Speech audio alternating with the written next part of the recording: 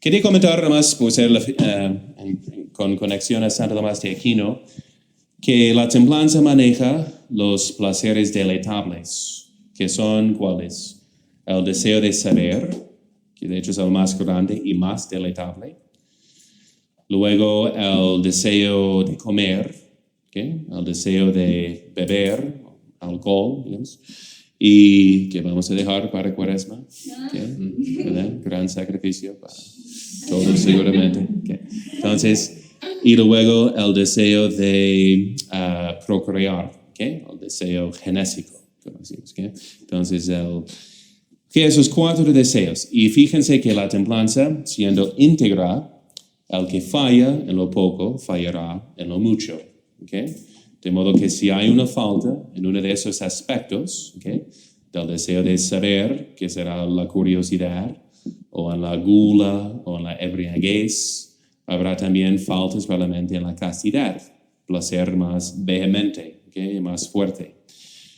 Ejemplos bíblicos. ¿Qué hicieron los israelitas? ¿Cómo es después de pasar por el Mar Rojo, ya está cayendo en idolatría con el becerro de oro? Como, ¿qué pasó? ¿Ah? ¿Qué pasaron? ¿Qué pasó? Sí, entonces dice que se sentaron a comer y beber, ¿okay? En exceso, y luego se levantaron a jugar o bailar indecentemente, ¿okay? Entonces a procrear de repente, ¿okay? Entonces, y luego, ¿qué? Hasta idolatría. Y cuando Santo Tomás habla de la fornicación, también menciona que hay una castidad y fornicación espiritual. ¿Okay? Es el lenguaje bíblico también del Antiguo Testamento, que Dios llama a los idólatras adúlteros, ¿no?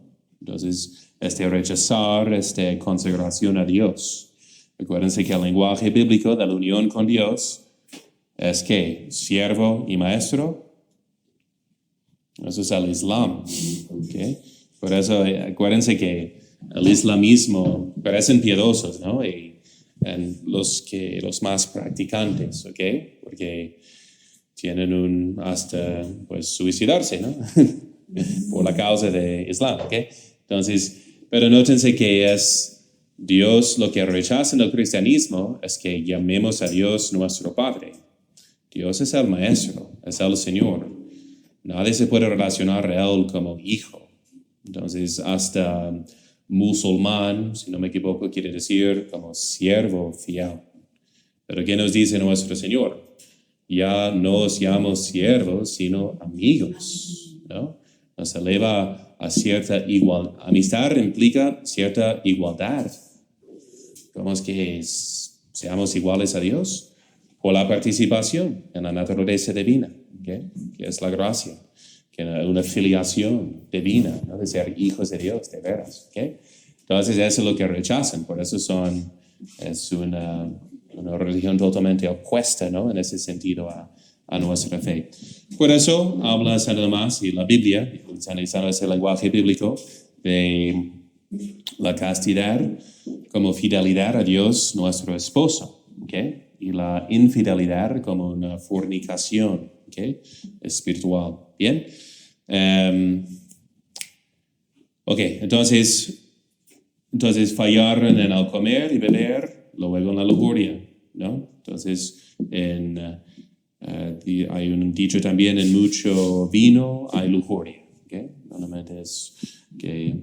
¿Y por qué? Porque si ennublece o nubila a la razón hacia el hombre más, decimos que la embriaguez es un pecado grave, ¿no? ¿Okay? ¿Hasta qué es la medida en el alcohol? Hasta la risa, ¿no? Usque ad hilaritatem, dice Santo Tomás, ¿okay? Hasta la risa sirve para la alegría, para la convivencia. Cuando empieza a ir en contra de su naturaleza, cuando ya no hable bien, ¿no? Ya empieza a perder la razón. Y perdida totalmente, se ha asemejado a las bestias, y peor aún, porque las bestias a lo menos tienen instintos que funcionan sin la razón, ¿no? Y el hombre borracho no. Okay, entonces lo asemeja a las bestias y peor, y capaz de cometer muchos actos torpes, ¿no? Así en tal estado. ¿Okay? Bien. Entonces, dice Santo Tomás que los pecados en contra la castidad o la pureza, aunque no son los más graves, son graves, como pueden entender, ¿okay? Aunque puede ser en la actualidad. Son graves porque el objeto es tan noble, ¿okay? Como el abuso de algo tan noble es grave, que es más noble en el poder físico, ¿okay? El poder de procrear, ¿no? De modo que el abuso de este gran don será pues un pecado muy grave. De modo que tenemos el caso en el Génesis de Onán, ¿okay? Y los pecados de onanismo, que es como se llamaban prácticas anticonceptivas, de que Onán, no queriendo fecundar a su mujer, terminó fuera de ella y Dios le castigó con la muerte. ¿Okay? Y por analogía, por ejemplo, si está feo y asqueroso comer y vomitar para seguir comiendo, ¿no? Todavía nos da asco, ojalá, qué bien. Hay algo de vergüenza que permanezca. ¿Okay? Entonces, pero ¿a poco no sería mucho más feo y asqueroso el abuso de lo que es la semilla de la vida? ¿Okay? Que por prácticas anticonceptivas rechazan esta semilla de la vida o la matan, por ejemplo. ¿Okay? Entonces, eso es, de ahí viene su gravedad. ¿Okay? Aunque en actos particulares, por ejemplo, por no consentir a tal pensamiento plenamente, puede ser venial, por ejemplo. ¿Okay? Pero dice, peores aún son los pecados espirituales, como odio de Dios, pecar con malicia, la envidia. ¿Okay? Entonces es mucho más grave que la lujuria, ¿okay? Siendo el pecado de los demonios, Satanás. Entonces, pero dice que aunque no son los más graves, son los más vergonzosos, ¿okay? Porque humillan al hombre, haciéndole sentirse como bestia. ¿Okay? Y luego comenta Santo Tomás, comentando sobre San Agustín, que incluso dentro del matrimonio hay que practicar la castidad, ¿okay? No la virginidad, ¿okay? O celibato, sino la castidad, de tener ese deseo y el uso justo de la intimidad del matrimonio bajo el control de la razón. ¿Okay? Dicen, no puedo esperar, no. Okay, pues ya van a ver, ¿no? Los casados, o ya han visto los que están casados, que a veces el mismo matrimonio exige tiempos de castidad, de abstinencia. Pero el aspecto espiritual, comenta San Agustín, que tal vez es algo vergonzoso dejarse llevar por la pasión, que la pasión domine a la razón. Para un fin razonable no es pecado, ¿okay? Como no sería pecado embriagarse para una cirugía, por ejemplo, si no hubo anestesia, ¿no? ¿Okay? Entonces, en este caso, sirve para un fin, pero el pudor mismo, ¿verdad? Siente que eso es muy íntimo, que no debo exponer así indebidamente. Entonces, por eso dice el apóstol, que es, y lo repetimos en el ritual de casamiento, el toledano, que recomienda que en tiempos que se abstengan, ¿no? En tiempos. El ritual dice en días de ayuno, días penitenciales o en las grandes festividades también. Dice San Pablo, entonces para dedicarse más a la oración, ¿okay?